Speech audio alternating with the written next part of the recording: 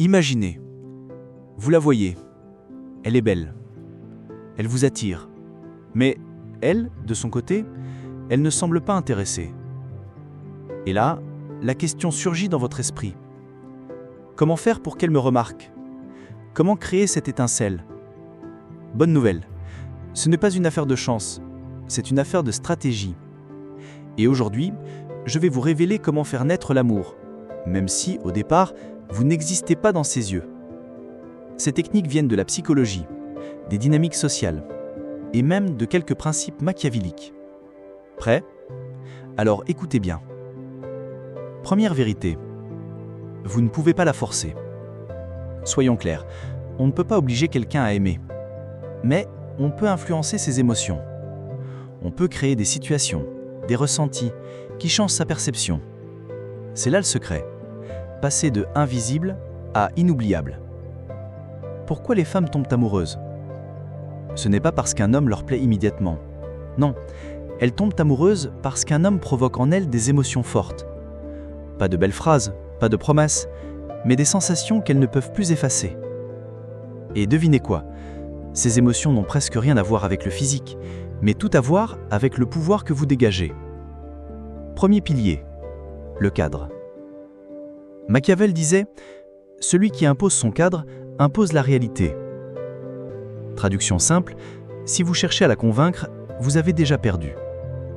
Ne cherchez pas à entrer dans son monde, créez le vôtre. Et laissez-la désirer d'en faire partie. Comment? En vivant vos passions, en parlant avec conviction, en ne cherchant jamais son approbation. Parce qu'une femme tombe amoureuse d'un homme qui ne négocie jamais sa valeur. Deuxième pilier, la rareté. Ce qui est rare a de la valeur. Ce qui est trop disponible s'oublie. Si vous êtes toujours là, toujours disponible, toujours prêt à répondre, vous devenez invisible. À l'inverse, soyez présent, mais pas prévisible. Montrez de l'intérêt sans jamais paraître en demande. Car le désir naît toujours d'une frustration, subtilement contrôlée. Troisième pilier, la tension émotionnelle. Les femmes ne cherchent pas la logique, elles cherchent le frisson. Un regard qui dure un peu plus longtemps, un silence qui crée de l'attente, un sous-entendu qui ouvre 1000 possibilités. Voilà ce qui touche leur cœur, pas leur raisonnement. Rappelez-vous bien ceci, celui qui lui fait ressentir, gagne. Celui qui la pousse à réfléchir, perd. L'arme secrète. Le retrait stratégique.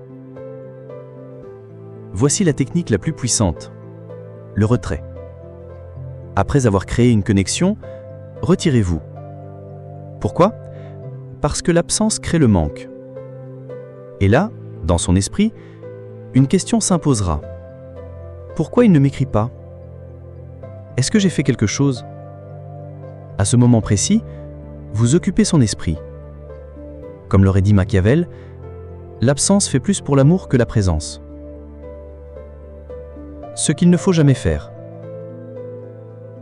Ne suppliez jamais. N'achetez jamais son intérêt avec des cadeaux ou des compliments excessifs. Ne cherchez pas à la convaincre par des arguments logiques. Une femme tombe amoureuse quand elle vous choisit, pas quand vous essayez de vous vendre. Conclusion.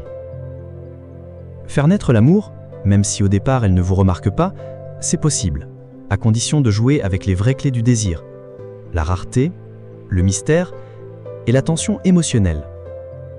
Parce qu'au fond, ce qui attire une femme, ce n'est pas ce qu'elle comprend, c'est ce qu'elle ressent. Alors, abonnez-vous pour découvrir d'autres stratégies psychologiques et dites-moi en commentaire, quelle technique vous semble la plus puissante ?